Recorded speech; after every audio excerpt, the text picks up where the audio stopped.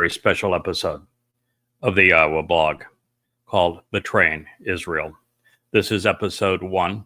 We'll produce several of these over the next few days. Every aspect of what you're going to hear now is part of an essay that I have written over the last couple of weeks regarding Donald Trump's betrayal of Israel. This is not something that is new to me, but something that I have known for a very long time. I knew that the next president of the United States would be the one who fulfilled the prophecies in Yeshayahu 17 and 18. And those prophecies, which I have dissected in every imaginable way, and I'm the first to be able to explain them cogently to the children of Israel, to Israelis, and to Yehudim. They speak of a time that is fast approaching. It is a time that we find that the government out of Damascus was predicted to fall, which is precisely what happened not many months ago with the rise of the Islamic State taking control of Syria. And while that was predicted 2,700 years ago, the prophecy goes on to say that much of the cities of Syria will be left as twisted mounds of rubble.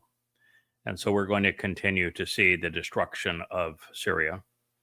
And that ultimately this leads to Islamic jihadists killing Islamic jihadists.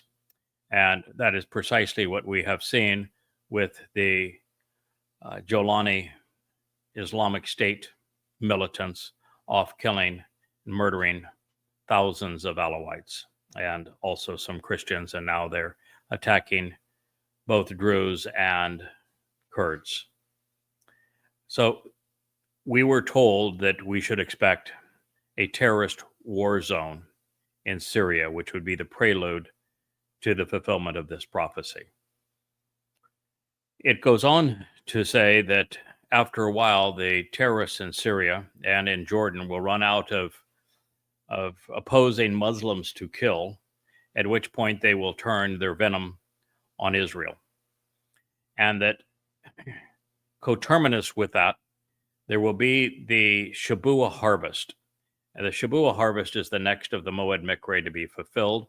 It is going to happen on the 22nd of May in 2026. We know this date because Shabuah means 7, and that is 7 years prior to the return of Dod, the Messiah of Yisrael, the King of Yisrael, with Yahowah on Yom Kippurim in year 6000 Yah, which is 2033. So 7 years shy of 2033 is 2026. It is the harvest of sevens. And therefore, what Yeshayahu, Isaiah, foretold is that coterminous with, or just prior to, the celebration of the Shabuah harvest, there will be the thinning of Israel at the waist.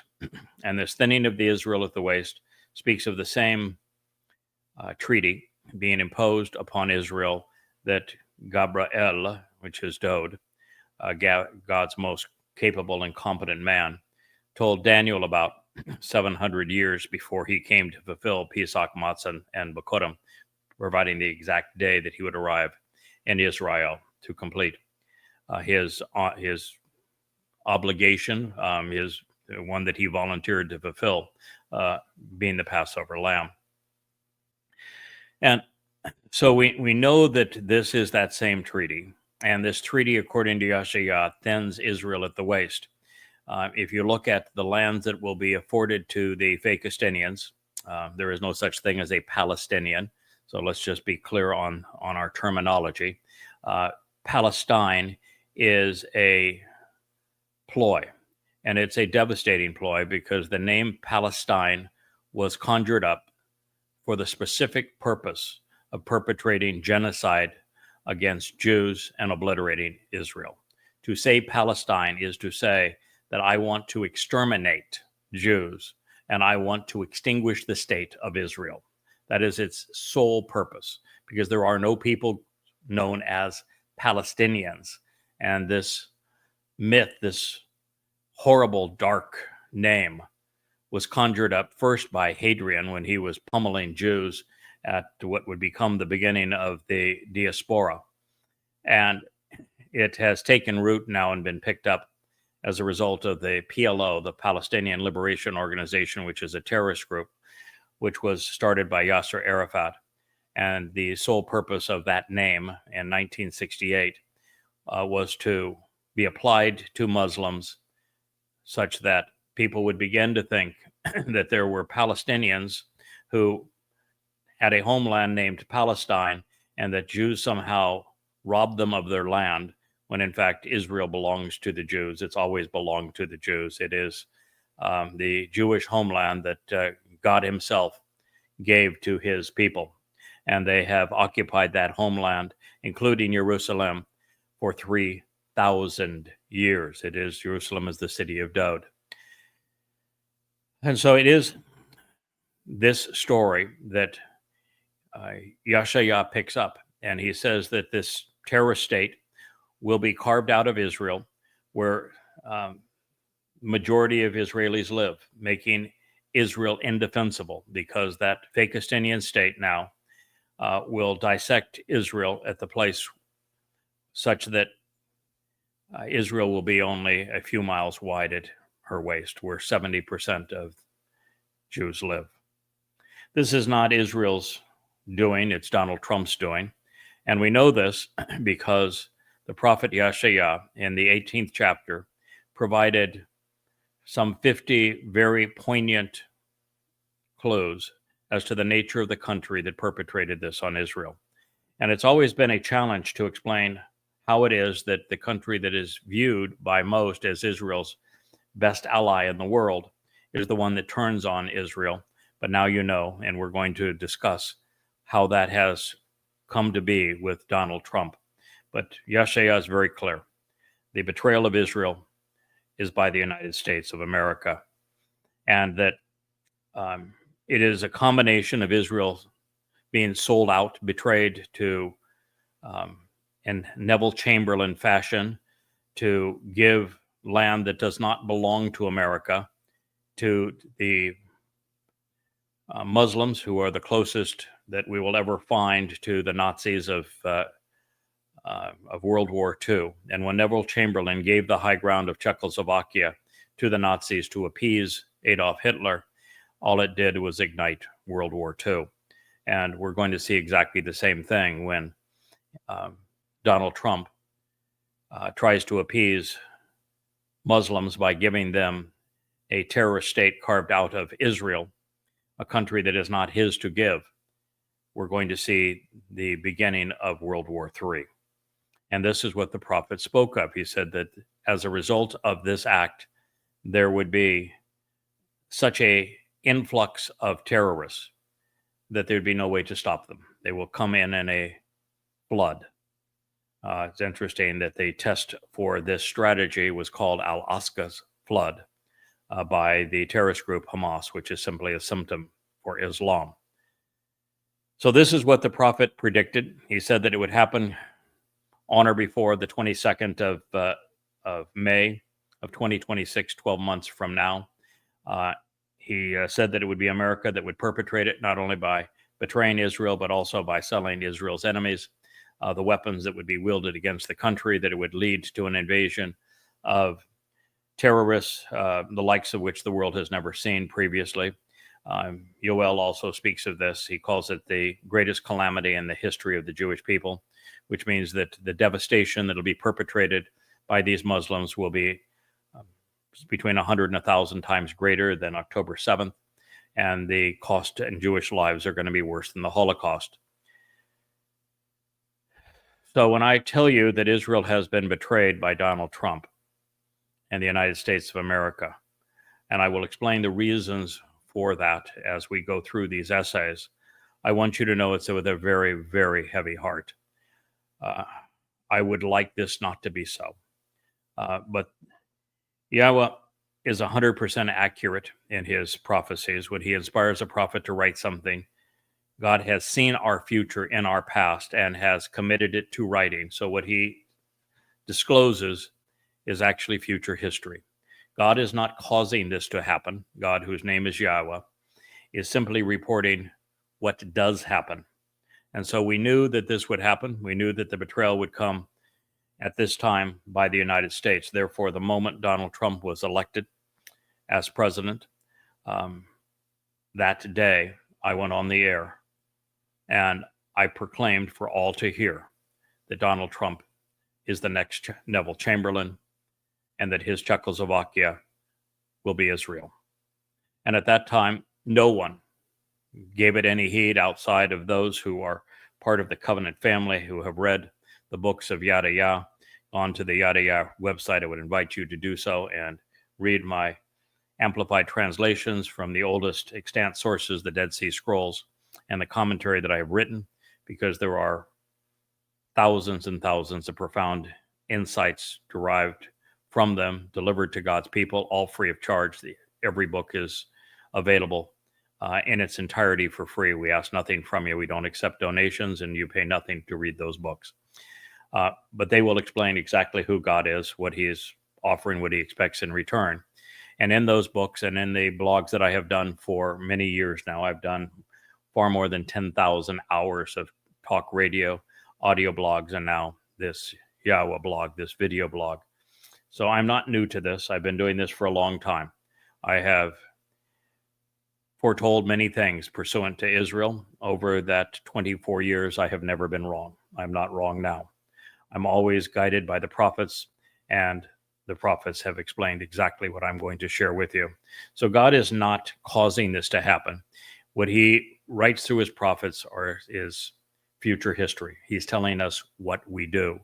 And when Trump was elected president, I began to tabulate all of the clues that he was providing, that he was going to do this very thing. And before he was inaugurated, he provided the first of them. And I will share some 25 very poignant clues with you that affirmed that Trump was going to do this and that it was going to happen now. And that is what we're witnessing. So that is the purpose of this special episode of the YAHOWAH blog. It's called Betraying Israel. Now, we live in a time where people who are political and they stumble upon something that is critical of the person that they have placed their faith in. In the case of the MAGAs, Donald Trump.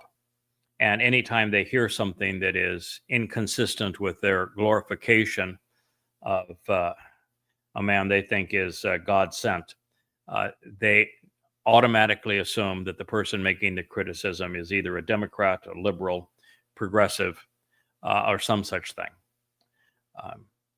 Long ago, when I was political, I'm now apolitical because I was apolitical. I'm a commentator on politics, not a participant in politics, even though I know more high-ranking politicians than probably anyone that does a show of this nature. I've had them to my home. I've been in their homes. I know who they are.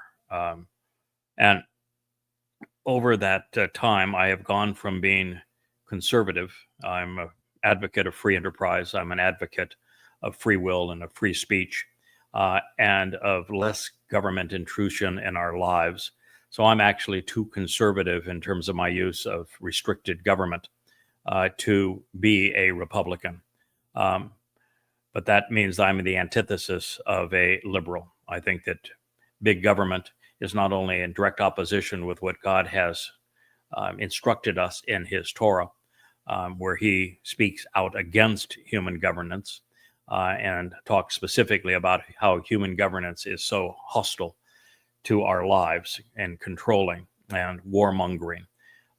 I would fall into the category of agreeing with Yahweh that less government is better than more government. So I am not a liberal. I speak to you as a person who dreaded the idea of Cackles, the progressive vice president with, I swear on Ice Q of sub 50, becoming president, because I thought it would be a great embarrassment to the United States, even though I knew that this next president would betray Israel.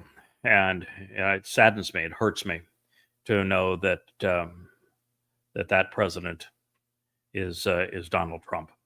But nonetheless, that is the truth, and we're going to deal with reality. So what I'm going to share with you now is some 25 essays that I have written over the last few weeks as I have analyzed all of the clues that have been provided that we're leading in this direction. I'm not going to reveal them in chronological order, but simply as a series of essays. The first of those comes from one that I wrote today, and it's called At What Price? At what price, Miss Alexander and Adam Bohler? Miss Alexander is the mother of the Jewish American IDF soldier that was released under very dubious circumstances today. And Adam Bohler is the man who negotiated on behalf of the United States, bypassing Israel directly with the Islamic terrorist organization, Hamas. So at what price, Miss Alexander and Adam Bohler? Eden Alexander volunteered as an American Jew to serve in the IDF. He remained on his base when he was authorized to leave. He did so to protect Israel. And now you have betrayed his sacrifice by assuring Israel's demise at the hands of two devils, Islamic Hamas and bribable Trump. According to Egypt, who overheard the negotiations, Bohler told Hamas, "Do this for Trump, and he will do something even better for you," as in Hamas, the Palestinians, these Islamic jihadists, the Jew-hating Muslims who perpetrated October 7th. Do this for Trump, and he will do something even better for you. One life to sacrifice a country. The gift is a Fakistanian state served up on a golden platter and a brand new Qatari Air Force One.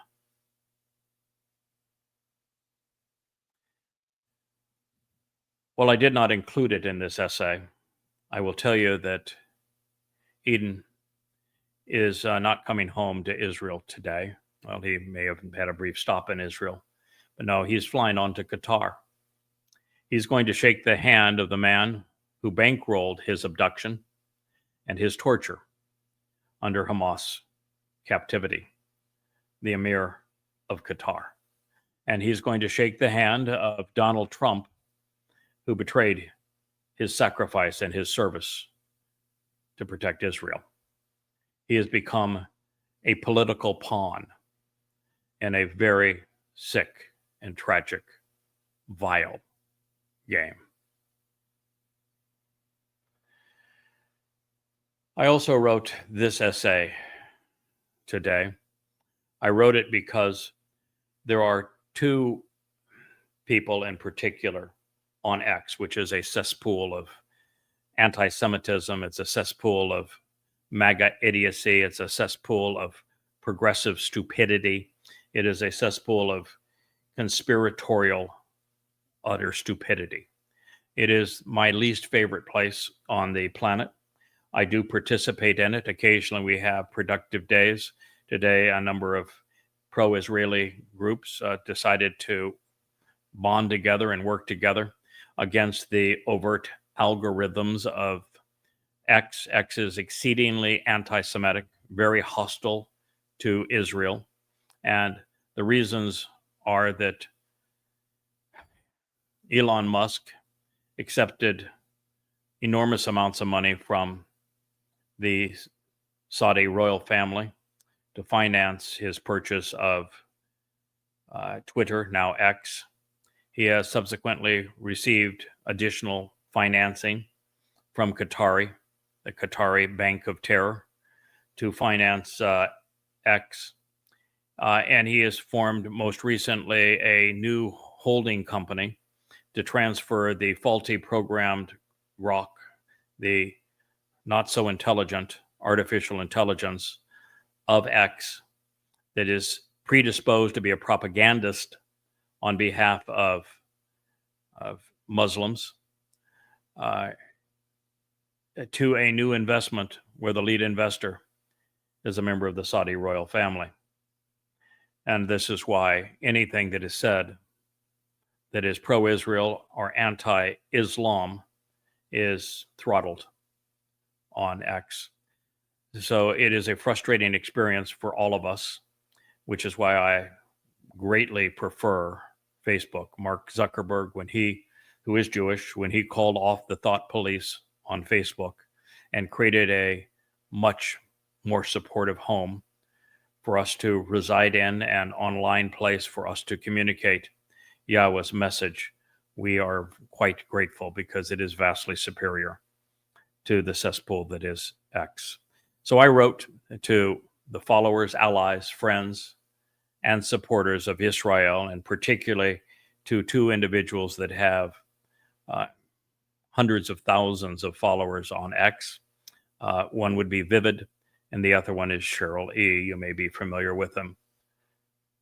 And what I wrote is, are you ready to listen now? Everything I have told you about Trump and Israel has turned out to be true. Beginning in the first week of November last year, when I announced that Donald Trump would be the next Neville Chamberlain and that his Czechoslovakia would be Israel. I even produced 20 examples, itemized them in a list to prove the point, and offered an exacting timeline, affirming that it would occur on or before Shabuah at the outset of the time of Jacob's troubles, 22 May 2026. All along, I have sought to awaken everyone, and particularly the two of you, to this reality, because I want Yehudim and Israelites to be part of the ultimate and lone remaining viable solution for Israel. I know your future because I've studied the prophets and I speak for them. And together, we can make it much better for many Jews. And while I'm going to prevail independent of you, because of Yahweh's direct involvement, more Yehudim will be spared if you and your closest and most vocal supporters contribute. Please read Goddamn Religion. Now, this is volume 3 of 5 volumes of Goddamn Religion. Each volume is 825 pages, which is the maximum length that's available for print and paperback at Amazon. I have written all 5 of these volumes based upon my original work, which was called Prophet of Doom, Islam's terrorist dogma in Muhammad's own words.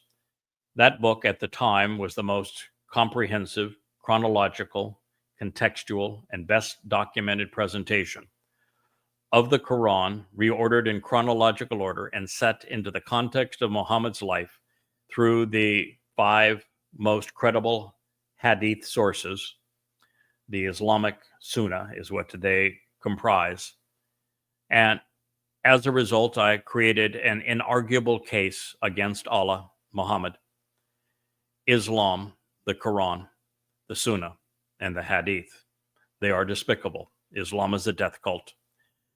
And these books now, the rewrite of Prophet of Doom, which was 1 volume, are now 5 volumes, 4,200 pages, comprised of evidence and reason to prove that Islam has been at war with Jews and all mankind since its inception, 1,400 years ago.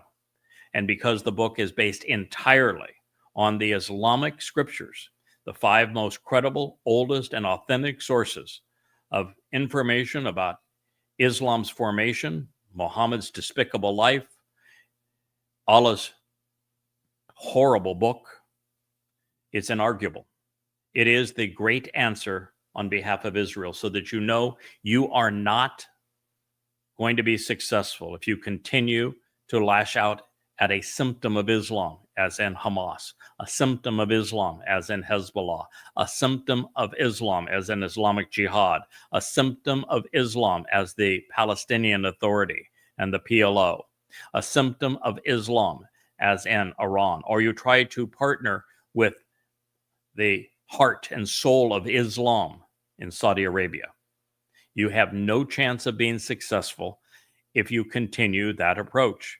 On the morning of October 7th in 2023, that morning, in Volume 1 of Goddamn Religion, I wrote an open letter to Israel called At War with Religion, which I told Israel that if you invade Gaza to wipe out Hamas, as I anticipated Israel was going to do, then you will make a bad situation worse.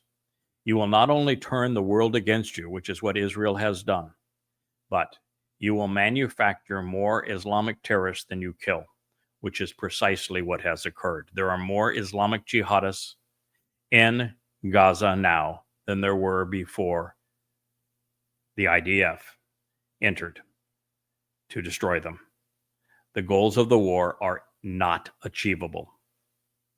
I don't have an issue with trying to hold Hamas and Islamic Jihad accountable for the horrors they perpetrated on 10/7. That's not my issue. I don't really care about the lives of the Muslims who inspired 10/7, who perpetrated 10/7, who abducted the Israelis, raped them, murdered them on 10/7, who brought them back to parades in Gaza on 10/7, and who subsequently tortured them in captivity. They do not deserve any mercy or consideration. That's just simply the truth. It's cause and consequence.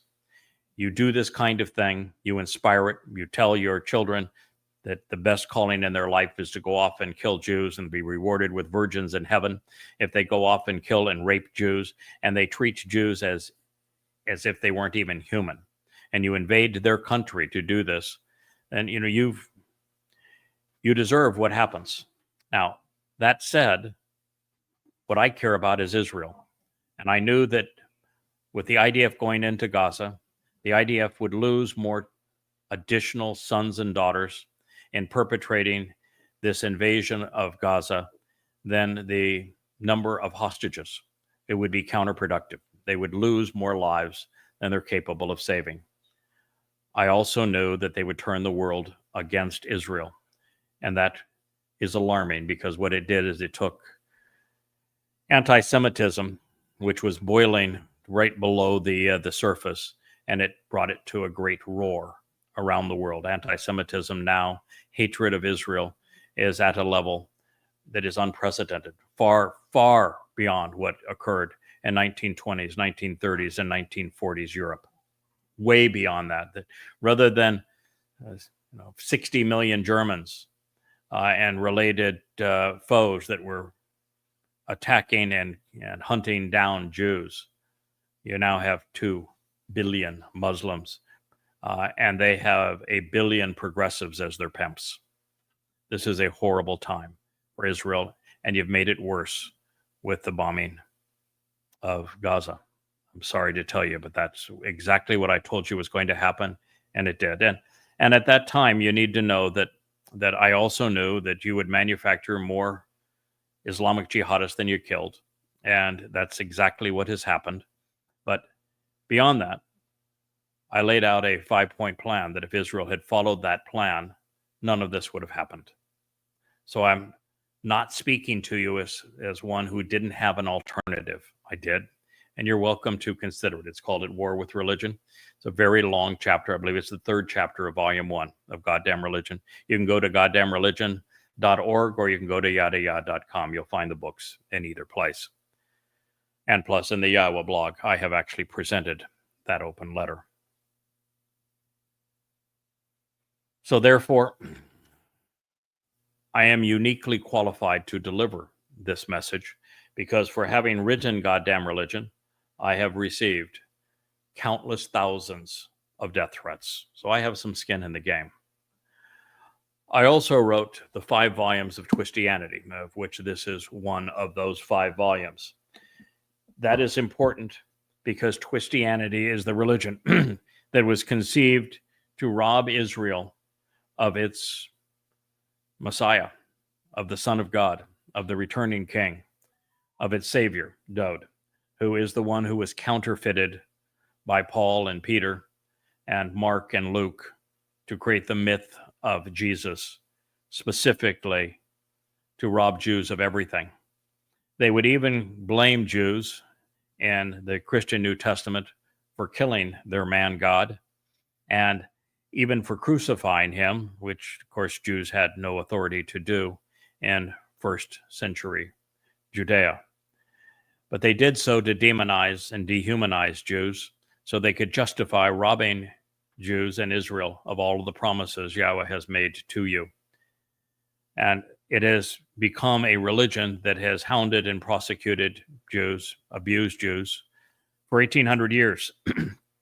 And it's important to know that I have your back on this, that I've not only reintroduced your actual Messiah and the Son of God so that you can reunite with Dowd and Yahweh your God, but also have exposed and condemned the fraud that has caused so much anti-Semitism for so very long, so that you know the truth about the Christian New Testament and its fraudulent portrayal of the myth of Jesus Christ, who is a crude counterfeit of Dowd, a product of identity theft. In addition to those books, I have written another 25 under the title Yada Yah, something that Yahweh himself collaborated on and endorses. This happens to be Katsir Harvest, which speaks of the upcoming harvests of Shabat and Towrah, and this very timeline that I've spoken to you about in this program is part of that. Those books take the oldest extant copies of Yahweh's Torah and prophets, his Dowd's Mizmor, as they're presented in the Dead Sea Scrolls, remove the rabbinical influence with their diacritical markings, and then render the text in an amplified fashion that is far more complete and accurate than ever before. And I even provide the operative Hebrew word throughout these translations within parentheticals so that you can look them up and validate and verify that according to the lexicons of the original language that was written to comprise these books, that they are accurate. And as a result, I have received tens of thousands of profound insights about who God is, what he's offering, what he's expecting in return from his name to your Savior and Dowd, that are unheralded, never shared previously. And I would invite you to read them. They're all at yadayah.com, all free. So I don't come to you without prior effort. I've been doing this every waking hour now for 24 years. I've invested over 100,000 hours in the pursuit of the protection and salvation of God's people. You are also invited to listen to the YAHOWAH blog. You will find it on YouTube, on Facebook, on X, on Rumble. So I continued in this post to Vivid and to Cheryl E., two very bold lions on behalf of God's people, of Yisrael. And I said further, I want you to know that many well-intentioned people are hindered on X, and they're very frustrated at this time, because Elon Musk took Saudi and Qatari money too, not just Trump. Grok is an Islamic propagandist with faulty programming, incapable of learning. The algorithms on X are conducive to Muslims, to progressives, to conspiracy nuts, to MAGA-ites, and swamp-dwelling crazies. But they're not for those of us who support Jews, Israel, or the God of Yisrael, who is both anti-religious and apolitical. Like Yahweh, whom I serve, I too am apolitical.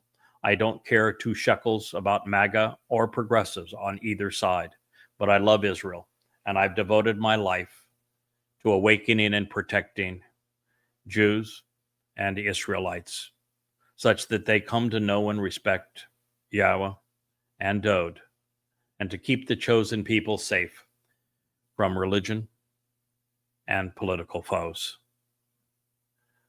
While many of you may still be unaware of the Goy of whom the prophet spoke, particularly the Nakri, the Choder, the Bashar, the Adamah Parah, the Zehbo Men Edom, who restores and saves many Yehudim and the remnant of Yisrael. But as that individual, I will continue to work with Yahweh, Dode, Eliah, and Yashayah and his covenant family to restore Israel's relationship in advance of their return on Yom Kippurim, 2 October, sunset in Jerusalem, 2033, which is year 6000 Yah. After 3,000 years of denial, I am the first to recognize, prove, and proclaim that Dode is the Messiah. He is the Son of God. He is the returning King who fulfilled Pesach and Matzah, leading to Bikurim in 33 CE, which was year 4000 Yah. Dode is our Yatzah, Savior. Having told Daniel, as Gabriel, God's most capable and competent man, the exact day that he would arrive to fulfill Chag Matzah, and then providing an eyewitness account of his own crucifixion in Daniel 9 and Psalm 22. Yahweh confirmed all of this in the 89th Mizmor, which is a song that he wrote the lyrics to extol the virtues of his beloved Son, our Messiah and King. The Christian Jesus is nothing more than a myth, existing as a crude counterfeit via identity theft, along with a heavy dose of pagan ideology through Dionysus. But this is your answer. This is the path to freedom and life. Please take the time to know it, understand it, embrace it, and share it. There is yet another article that I will share with you as part of this episode, the first of several on betraying Israel as part of the YAHOWAH blog. And on this article, I wrote this also today. Islam is destructive. It is deadly. It is demonic. It is deceitful, and it is damning. Please shed your ignorance of this diabolical death cult by reading goddamn religion. Don't be a fool like Trump and Witkoff. This is a first-hand eyewitness account of the consequence of tolerating and accommodating Islam. And the account that I introduced in this case was an excerpt from Time magazine. It speaks of 2 recently released hostages and of their experience under the torturous hands of Gazan Muslims. I want to share that with you because I want you to know precisely who Donald Trump is rewarding with the terrorist state carved out of the heart of Israel. It begins, they tortured us for fun.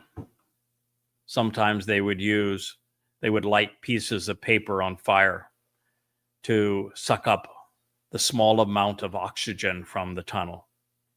We would choke and have to lie on the floor to avoid suffocating.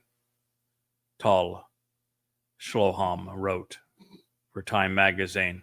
Some mornings, I'd wake up and forget for a split second think that I'm free. And then I'd remember the silence, the darkness, the wet concrete, and the 2 young men who were lying beside me deep underground, who were still there. Their names are Eviatar, David, and Guy Daal. They were held together along with Omer Wincott, for 8.5 months in a Hamas tunnel. Just 40 feet long, less than 3 feet wide. We slept on soaked mattresses, shared a single pita a day, and took turns whispering stories from home to keep ourselves sane. We were strangers when we entered that darkness. We became brothers. Time feels different now. I carry it more carefully because I know how quickly time can run out. And for Israel, yours is running out very soon. Please respond. I know now how brutal each passing day is for those still living in captivity. I spent 505 days as a hostage, held deep beneath the ground. We were watched constantly by a surveillance camera. A bomb was planted above us, rigged to detonate if Israeli forces came too close. We were told we'd be blown up if anyone tried to save us. We were threatened, we were degraded, and at times we were tortured. We were never treated as people, but as objects to be controlled and broken. I'll interrupt his story for a moment to say, this is Islam. This is the Islam of the Koran. This is the Islam of Allah. This is the Islam of Muhammad. Muhammad tortured Jews. Allah spends all of his time in hell torturing those who do not capitulate. Jews are presented in the Quran as subhumans. This is Islam. I want you to read goddamn religion. I want you to know that what you're reading here is not a function of Hamas. It is a function of Islam. It is Quranic for Muslims to act this way. That is why there was no kindness ever shown by any Gazan Muslim at any time to any of the Jewish abductees who were held hostage. He wrote, I'm not a soldier. I was kidnapped on October 7th from my in-laws' home in the kibbutz Beri, a farming community. My wife and children were with me. The terrorists, I don't know why Jews can't say Muslims, but if you can't describe them as Muslims, you have no chance to prevail over them. Terrorism is simply a tactic. It isn't an identity. But he wrote to the terrorists, couldn't break the door of our safe room. They entered through the window. They dragged me out, threw me into a truck, and then actually a trunk. And then they paraded me through the streets of Gaza. For 50 agonizing days after that, I did not know if my family had survived. Evyatar and Guy, both 22 years old, had been taken from the Nova Music Festival. Their friends were slaughtered all around them. By the time we met in captivity, they were in terrible shape, starved, handcuffed, terrorized. I'll interrupt again to say, these are the people that Donald Trump intends to leave in power. He wants the war to end. He doesn't care if they give up their arms or not. These are the people that he is now established a foundation to aid and abet. These are the people that his great gift to them will be a terrorist state carved out of Israel that they will control. And yet that is what these people did to Jews. It is the most horrifying betrayal of the most important people on our planet that has ever been perpetrated by anyone, making Donald Trump the most despicable man who has ever lived. For weeks, they'd been fed almost nothing. Their hands were bound behind their backs. Their ankles were tied. Their heads were covered with plastic bags. But somehow they managed They still had some spirit. During those last 8.5 months we spent together in the tunnel, they held on. The men who held us didn't see us as human. No, because they're Muslims. I added that part. He didn't say it. They tortured us for fun. Sometimes they would like, as he's now including this statement in the heart of his article for Time magazine. Sometimes they would light the pieces of paper on fire and suck out the oxygen in the room. We had to dive to the floor to avoid suffocating. We came up with daily rituals to remember who we were. In a place built to break us, we held each other up. We became a unit. We became family. When I walked out of that tunnel in February, I made a vow I would speak for those who can't. 59 hostages, only 20 some odd of them remain alive. And he writes Hamas captivity, it's Islamic captivity. And every day that passes makes it harder for them to survive. And I will tell you this, and it's important for you to know. When Israel made the recovery of the hostages its prime objective, they committed suicide. It's that simple. Islam declared war on you 1,400 years ago. They perpetrated genocide on Jews and apartheid on Jews and the world for all 1,400 years. To do a deal with these savages is to slit your own wrists. The only way to win this war is to recognize that you cannot reward the Muslims for acting this way, because all you will do is cause far more Jews to die in the future than you save by your antics now.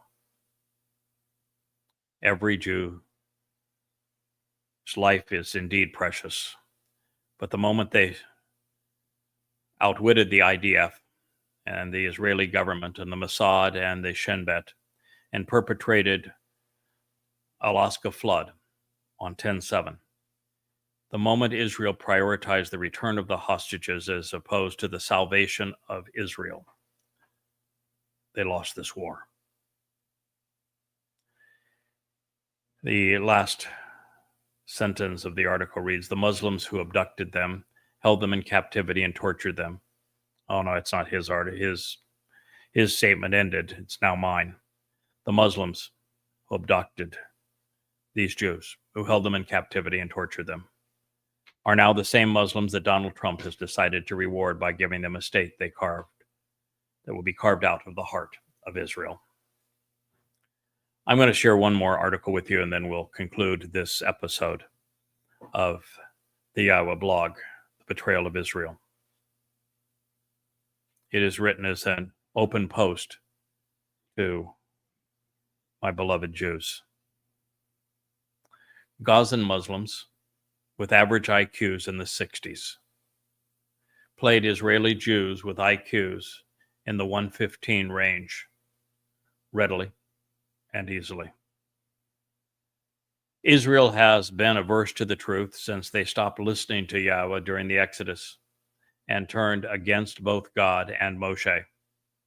And this needs to change now if Israel's going to survive. You need to forget the hostages. You should have done so at the beginning. They never could be saved without sacrificing the nation. When you operate with this rather than this, when your very existence is at peril, you play right into the hands of those who would annihilate you. This is the reality of war. And Islam has been at war with Jews for 1,400 years. And yet Jews are fixated on symptoms like Hamas and Hezbollah, thereby making a bad situation far worse. And because Jews sought revenge against a symptom rather than fighting the actual disease, they have become vulnerable by prioritizing the hostages over the salvation of the Jewish people. A horrible calamity is poised to fall upon Israel, one that was foretold in Yeshayahu 2,700 years ago. Because of the capitulation of Israel allowing the Muslims to play them for fools, because they prioritized their heart over their head, the next Alaska flood will be comprised of between 100 and 1,000 times more jihadists. The IDF will be equally inept. Millions of Jews are going to die. That's the reality. That's the consequence of allowing Muslims to take advantage of you this way. My advice is to stop trying to diagnose the systems and to pretend like you're winning this war, and to start dealing with the actual problem. It's the attitude of Israelis towards Yahweh and Dod. It's their inability to deal with the fact that their enemy is religious.